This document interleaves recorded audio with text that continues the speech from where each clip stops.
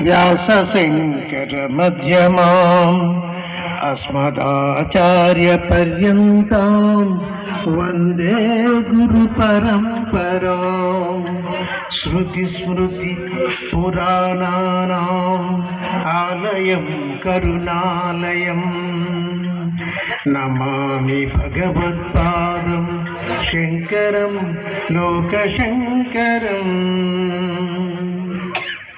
శ్రీ చైతన్యానంద భారతీ స్వామి గారికి, మాలకొండయ్య గారికి, గంగాధర గారికి, జగన్నాథరావు గారికి, అరవింద్ గారికి, దేవుడి గారికి, ఈ సమ్మేళనానికి విచ్చేసిన మీ అందరికీ, ముఖ్యంగా సనాతన ధర్మ ప్రేమికులైన మీ అందరికీ నా నమస్సుమాంజలుడు.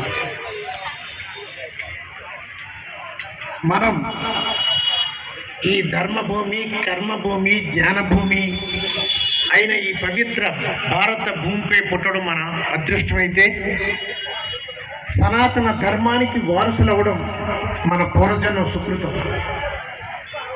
ఇది నమ్మండి. మన రామాయణ, భారత, భగవద్గీతలు నిజం, కృత, త్రేత, ద్వాపర, కలియుగాలు నిజం, వేల సంవత్సరాల చరిత్ర గల మన సంస్కృతి నిజం, అద్భుతమైన మన నాగరికత నిజం, అపూర్వమైన మన శాస్త్ర విజ్ఞానం నిజం, చెక్కు చెదరని మన సనాతన ధర్మం నిజం. ఇన్ని నిజాలు పెట్టుకొని ఇంకా మనం అజ్ఞానంతో ఆ వైపు ఈ వైపు చూస్తున్నాం అంటే అది మన అజ్ఞానం. గీతలో అర్జునుడి గురించి చెప్పినట్టు మొత్తంగా మన మానసిక దౌర్బల్యం అనిపిస్తున్నాం.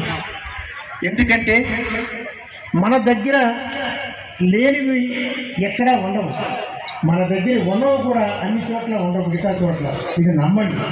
ఎక్కడ పరదేశాలు, ఎక్కడ ప్రాంతాలు ఎక్కడ కూడా మన దగ్గర ఉన్న ఎక్కడా లేవు, మన దగ్గర లేని మన దగ్గర ఉండవు. మన ఎటువంటిప్పుడు వారిని ఎందుకు చూస్తున్నట్టు అజ్ఞానం చెప్పడం తప్పదు. అందుకని వ్యాసుడు మహాభారతం రాసేటప్పుడు ఆది పర్వంలో ఒక మాట అంటాడు, అద్వైత, కామేశ, మోక్షేశ, భరతర్షభం అంటాడు. అంటే పురుషార్థాలు 4 ఉన్నాయి కదా, ఆ పురుషార్థాలు 4 గురించి చెప్తూ ధర్మ, అర్థ, కామ, మోక్షాలు చెప్తూ ధర్మేచ అద్వైత మోక్షేశ భరతర్షభ యది హాస్తి తదన్యత్ర ఎన్నై హాస్తి నతత్ పశ్చిత్ అంటాడు. అంటే what is there in Mahabharata is everywhere, what is not there in Mahabharata is nowhere అంటాడు. ఎంత బాగా చెప్పాడంటే, మహాభారతంలో ఉందా అయితే విశ్వంలో ఉంది, మహాభారతంలో లేదా అయితే ఎక్కడ ఏమి లేదన్నాడు.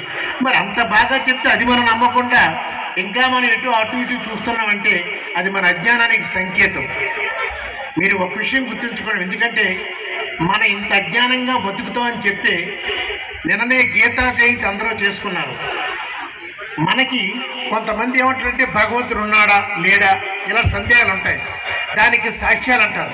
సాక్ష్యాలు మామూలుగా దొరకవు. ఇది ఏమైనా భూమి రిజిస్ట్రేషన్ కొండవ అమ్మడం కాదు కదా. సాక్ష్యం ఉన్నాయి, కానీ దానికి సాధన చెయ్యాలి. సాధన చేసి శోధిస్తే తప్పకుండా సాక్ష్యాలు దొరుకుతాయి. మీకు ఒక్క విషయం చెప్పి ముగిస్తాను. ఆ సాక్ష్యం ఏంటో మీకు తెలిసిందే. గీతా జయంతి, భగవద్గీత పుట్టినరోజు. ఈ ప్రపంచంలో మీరు గుర్తుంచుకోండి, మనుషులకు పుట్టినరోజు చేస్తారు, కానీ ఒక గ్రంథానికి పుట్టినరోజు చేయడం అనేది ఒక భారతదేశంలో అది ఒక భగవద్గీతకు మాత్రమే దక్కింది. మీరు ఎవరు చప్పట్లు కొట్టకండి అమ్మా, ఎక్కువసేపు విసిగించండి మిమ్మల్ని. చప్పట్లే కొట్టకండి, ఎందుకంటే స్వామి గారు మాట్లాడితే అప్పుడు చప్పట్లు కొట్టుకుందాం. అందువల్ల వ్యక్తులకు పుట్టినరోజు చేస్తారు తప్ప గ్రంథాలకు పుట్టినరోజు చేయరు. కానీ అలా చేసేది భగవద్గీత ఒక్కటే. అంటే ఎంత పవిత్ర గ్రంథం మీరు అర్థం చేసుకోండి. అందులో మీరు చెప్తుంటాడు, ఏమని చెప్తాడు, యదా యదా ఈ ధర్మస్య గ్లానిర్భవత భారత అంటాడు. మీ అందరూ తెలిసే ఉంటుంది. అంటే ఎప్పుడు అధర్మం పెరిగిపోయిందో, ఎప్పుడు చెడుకు హాని కలుగుతుందో ధర్మానికి, అప్పుడు నేను పుడతానని చెప్పి ఉద్భవిస్తానని చెప్పాడు. దానికి చిన్న ఉదాహరణ చెప్తాను. మీ అందరికీ తెలుసు ఏంటంటే 4 యుగాలు ఇందాకే చెప్పాను. కృతయుగం, త్రేతాయుగం, ద్వాపరయుగం, కలియుగం. ఈ 4 యుగాల్ని కలిపితే మహాయుగం అంటారు.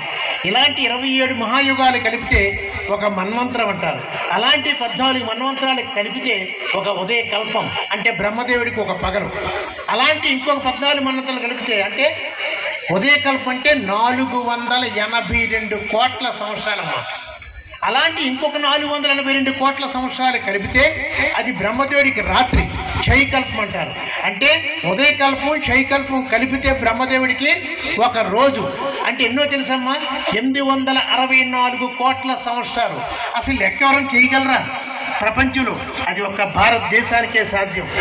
అయితే ఇప్పుడు ఎందుకు చెప్తున్నానంటే, మరి ఎన్ని యుగాలు, ఇన్ని మహాయుగాలు ఉంటే కొన్ని వేల సంవత్సరాల క్రితం కృతయుగంలో భగవద్గీత చెప్పలేదు, త్రేతాయుగంలో భగవద్గీత చెప్పలేదు.